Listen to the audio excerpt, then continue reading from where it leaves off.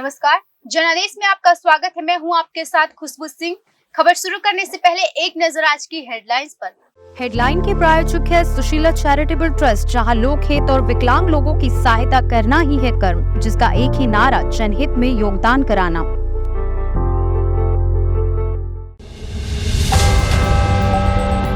बुमराह या शमी नहीं, इस खिलाड़ी के निशाने पर महा रिकॉर्ड, बन सकता है एशिया कप का नंबर 1 गेंदबाज।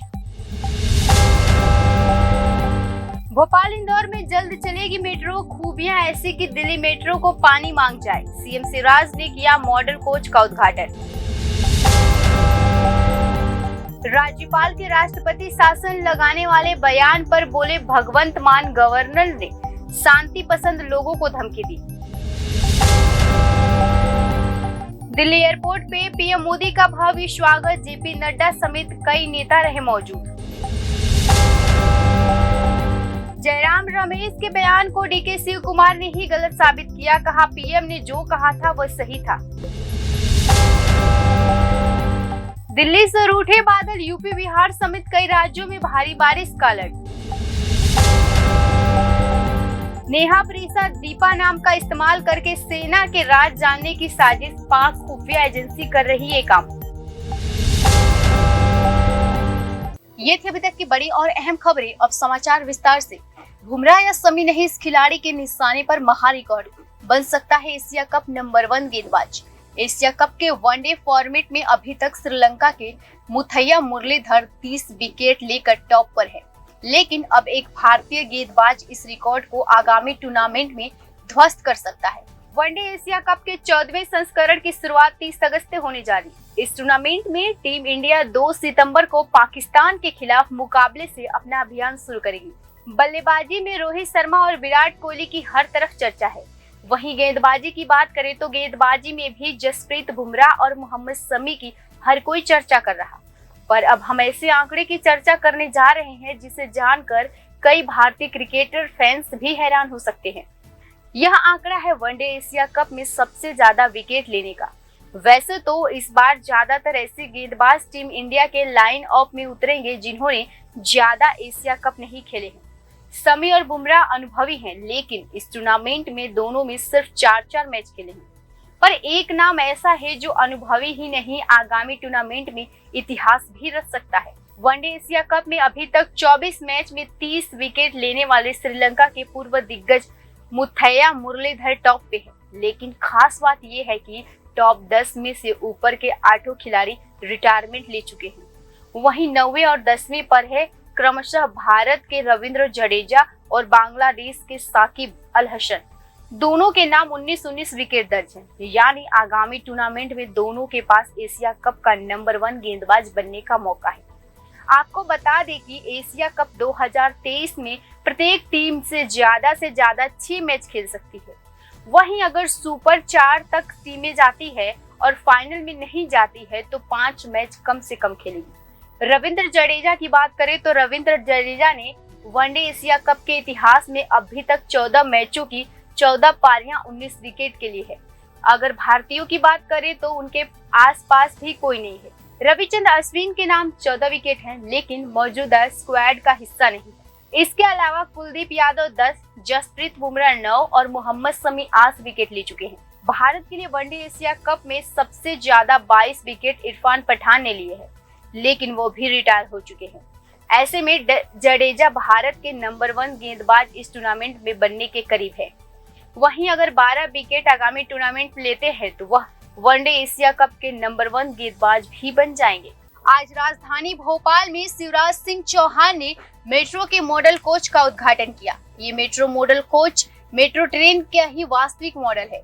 भोपाल और इंदौर में चलने वाली मेट्रो में ऐसी खूबियां हैं जिसे जानकर आपको दिल्ली मेट्रो भी पुराने जमाने की लगने लगेगी। मध्य प्रदेश को चुनाव से ठीक पहले शिवराज सरकार ने बहुत बड़ी सौगात दे दी है। दरअसल अब प्रदेश के 2 सबसे अहम शहर भोपाल और इंदौर में जल्द ही मेट्रो दौड़ने वाली है।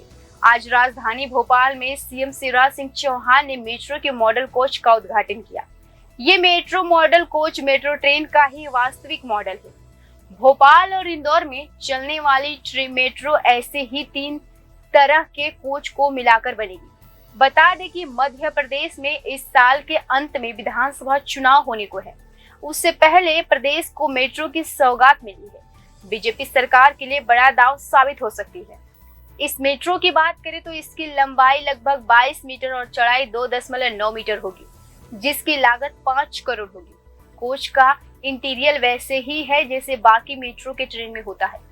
बताया जा रहा है कि भोपाल और इंदौर में मेट्रो ट्रेन के ट्रायल रन की भी तैयारियां पूरी हो गई हैं और इसी साल सितंबर मध्य में इस मेट्रो ट्रेन के ट्रायल का रन का शुभारंभ होगा।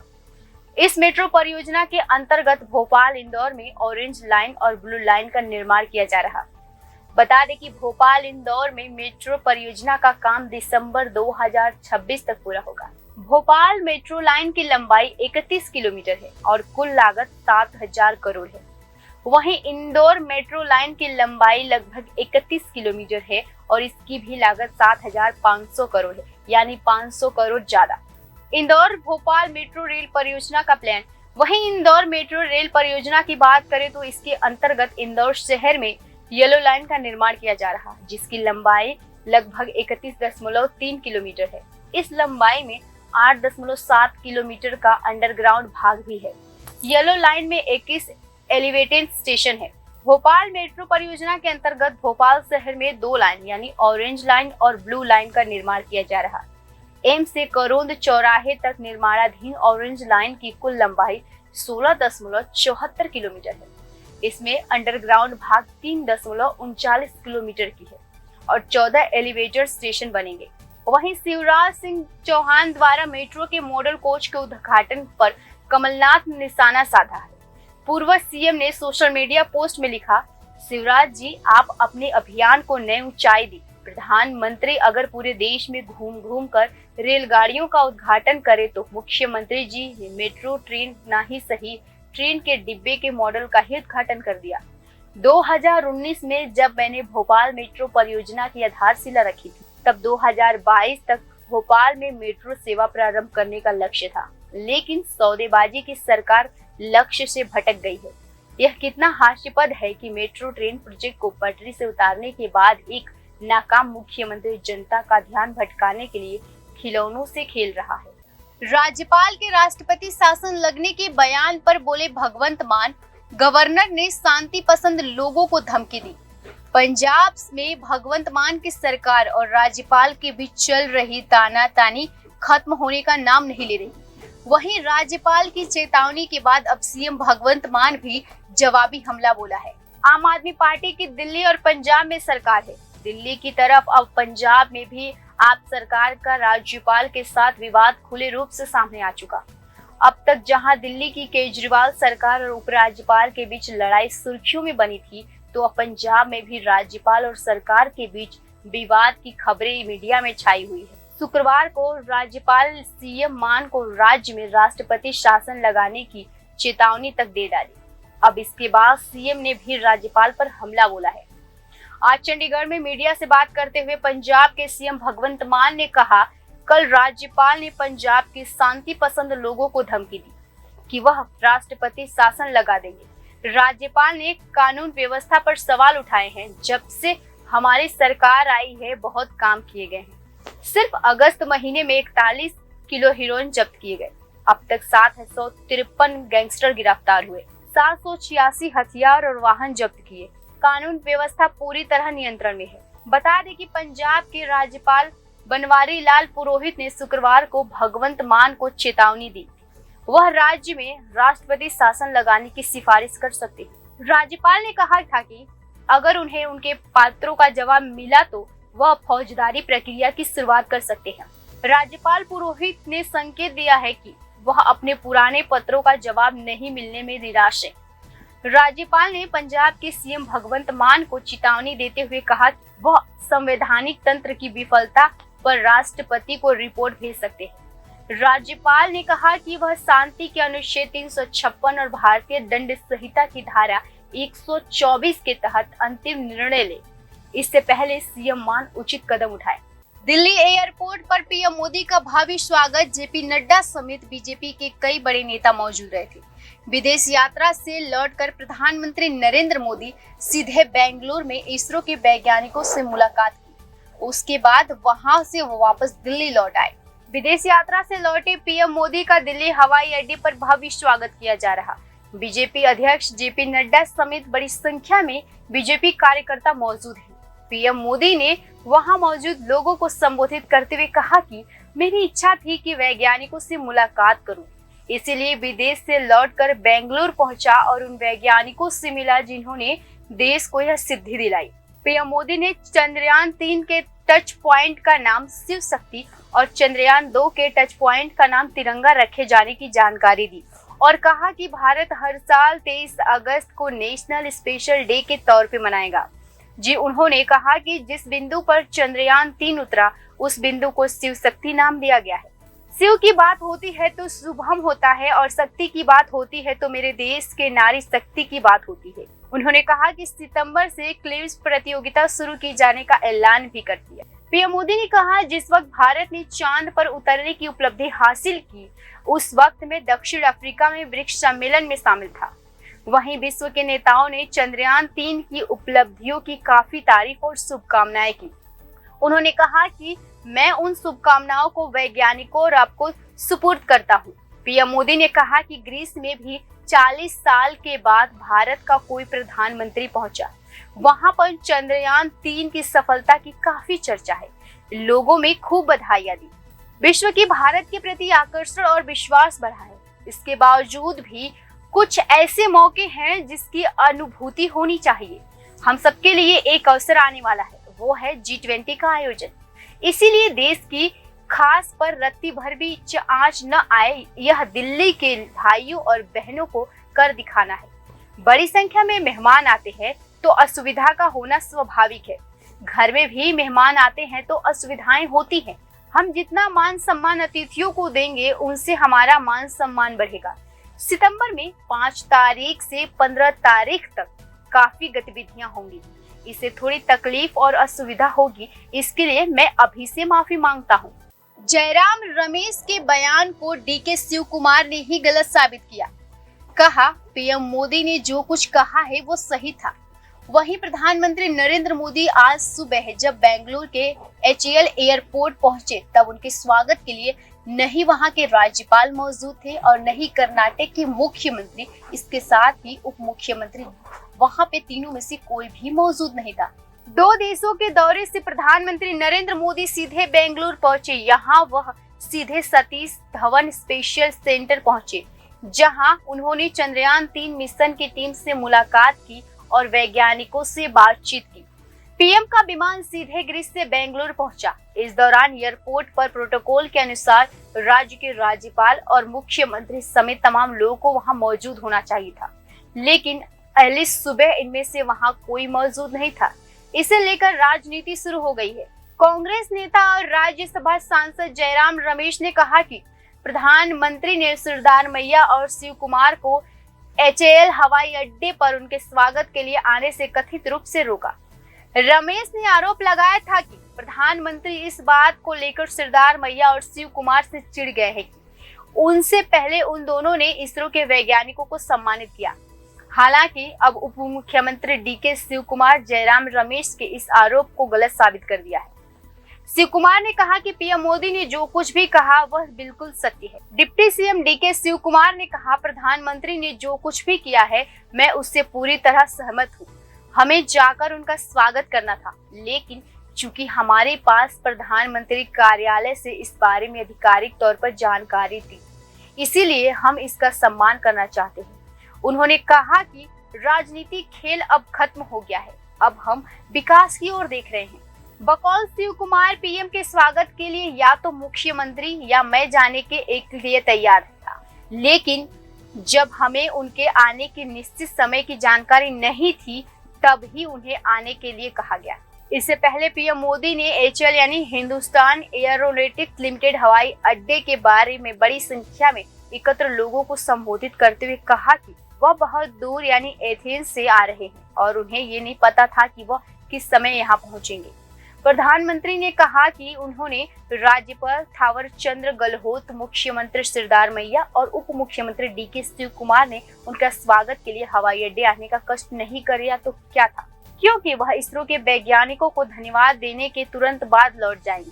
पीएम मोदी ने कहा कि इसीलिए मैं उनसे अनुरोध किया था कि जब मैं औपचारिक दौरा करूं तो वे निश्चित ही प्रोटोकॉल का पालन करें। उन्होंने सहयोग किया और मैं उनका शुक्रगुजार एवं आभारी हूँ। दिल्ली से नाराज बादल, यूपी बिहार सहित कई राज्यों में भारी बारिश का अलर्ट। बिहार, यूपी, उत्तराखंड की बात करें तो बिहार, यूपी, उत्तराखंड सहित देश के कई राज्यों में 26 और 27 को भारी बारिश का अलर्ट जारी किया गया है। वहीं दिल्ली की बात करें तो दिल्ली में अगस्त के आखिरी दिनों तक बारिश होने के आसार नजर नहीं आ रहे हैं। राष्ट्रीय राजधानी दिल्ली में अगले 7 दिनों तक बारिश की संभावना नहीं है। वहीं बिहार और यूपी की बात करें तो बिहार, यूपी, उत्तराखंड सहित कई राज्यों में भारी बारिश की संभावना है। मौसम विभाग के अधिकारियों ने कहा कि मौसम प्रणाली के कारण इस महीने राष्ट्रीय राजधानी में कम बारिश हुई है। मानसून अवधि के दौरान बारिश कराने में महत्वपूर्ण भूमिका निभाने वाली ट्रफ रेखा अगस्त के दौरान ज्यादातर दिल्ली के करीब नहीं रहती। आईएमडी के मुताबिक उत्तराखंड, बिहार और उड़ीसा समेत देश के कई राज्यों में 26 और 27 अगस्त को भारी बारिश होने की संभावना है। 26 और 27 अगस्त की बात करें तो 26 और 27 अगस्त को अरुणाचल प्रदेश के लिए ऑरेंज अलर्ट जारी किया गया है, जिसमें अलग अलग स्थानों पर भारी से बहुत भारी वर्षा होने की संभावना जताई है। 26 अगस्त को उप हिमालय, पश्चिम बंगाल और सिक्किम के लिए ऑरेंज अलर्ट जारी किया गया है, जिसमें अलग अलग स्थानों पे भारी से बहुत भारी वर्षा की संभावना यानी अत्यधिक बारिश यानी कि 115.6 से 204.4 मिमी तक संदेश दिया है। 26 और 27 अगस्त को असम और मेघालय के लिए ऑरेंज अलर्ट दिया गया है, जिसमें अलग अलग स्थानों पे भारी बारिश होने की संभावना है, जैसे कि 115.6 से 204.4 मिमी होने की संभावना बताई जा रही है। अगले 4 दिनों के दौरान पूर्वोत्तर भारत में हल्की मध्यम व्यापक से व्यापक वर्षा, आंधी और बिजली गिरने के साथ कुछ स्थानों पर भारी वर्षा की संभावना है। वहीं अगले 1 सप्ताह के दौरान देश में बाकी हिस्सों में हल्की बारिश की संभावना है। इसके साथ ही शनिवार से लेकर कुछ दिनों तक उत्तर पश्चिम भारत में बारिश कम रहने की उम्मीद है। पूर्वोत्तर की बात करें तो पूर्वोत्तर भारत और सिक्किम में अगले 2-3 दिनों तक अलग अलग स्थानों पे भारी वर्षा हुई। 26 और 27 अगस्त को गंगेय पश्चिम बंगाल, झारखंड, उड़ीसा, बिहार में भारी बारिश होने के आसार हैं और फिर उसके बाद बारिश में कमी आने की संभावना है। अगले 1 सप्ताह की बात करें तो अगले 1 सप्ताह के दौरान देश में बाकी हिस्सों में हल्की बारिश होने की संभावना बताई जा रही है। वहीं उत्तराखंड की बात करें तो उत्तराखंड में आज भी भारी बारिश का अलर्ट जारी किया गया है और कल से इसमें थोड़ी सी राहत मिल सकती है। अगले 4 दिनों के दौरान पूर्वोत्तर में भारी, हल्की, मध्यम व्यापक आंधी और बिजली गिरने के साथ कुछ स्थानों पे भारी बारिश की संभावना हो सकती है। 26 और 27 तारीख के दौरान असम, मेघालय में अलग अलग स्थानों पे भारी वर्षा होने की संभावना है। अगले 1 हफ्ताह के दौरान देश में बाकी हिस्सों में हल्की बारिश की संभावना बताई जा रही है। भारतीय सुरक्षा एजेंसी से जुड़े अधिकारियों और सेनाओं के जवानों से राज उगलवाने के लिए हनी ट्रैप की साजिश का भंडाफोड़। पाकिस्तानी खुफिया एजेंसी ISIS ने नेहा, प्रीसा, दीपा जैसी भारतीय नामों से जुड़े फेक सोशल मीडिया प्रोफाइल तैयार करके एजेंट्स को भारतीय मोबाइल नंबर मुहैया करा रही है। भारतीय रक्षा प्रतिष्ठानों से जुड़े अधिकारियों और जवानों को हनी ट्रैप कर उनके संवेदनशील जानकारी हासिल करने के लिए रची गई पाकिस्तानी साजिश का भंडाफोड़। पाकिस्तानी खुफिया एजेंसी ISI ने अपने नापाक मंसूबों को पूरा करने के लिए बड़ी तादाद में भारतीय नाम से जुड़ी लड़कियों को फेक सोशल मीडिया प्रोफाइल तैयार की है। इन फेक सोशल मीडिया प्रोफाइल के जरिए भारत के रक्षा एवं संवेदनशील मंत्रालयों से जुड़े अधिकारियों और जवानों को हनी ट्रैप कर उनसे सीक्रेट जानकारी हासिल करने की साजिश रची है। खुफिया एजेंसी के सूत्रों के मिली जानकारी के अनुसार हनी ट्रैप में जिन लड़कियों को ISIS ने शामिल किया गया है उनमें से भारतीय नंबर दिए गए हैं, जिससे जब भी वो भारत में किसी अधिकारी या जवान को फोन करे तो उनका अफसरों को उनके IS के एजेंट यानी जासूस होने का शक न हो। पाकिस्तान की इस साजिश को नाकाम करने के लिए भारतीय सुरक्षा एजेंसी ने सोशल मीडिया पर एक्टिव ऐसे सभी फेक प्रोफाइल की लिस्ट तैयार की है, जिसके जरिए ISIS भारतीय अधिकारियों और जवानों को हनी ट्रैप करने की साजिश में लगी हुई है।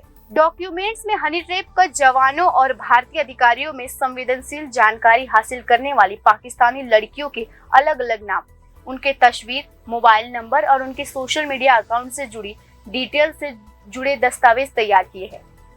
पाकिस्तान इंटेलिजेंस ऑपरेटिव यानी PIO के नाम से जाने वाली सभी लड़कियों को ISIS भारत के खिलाफ जासूसी के लिए इस्तेमाल करती है।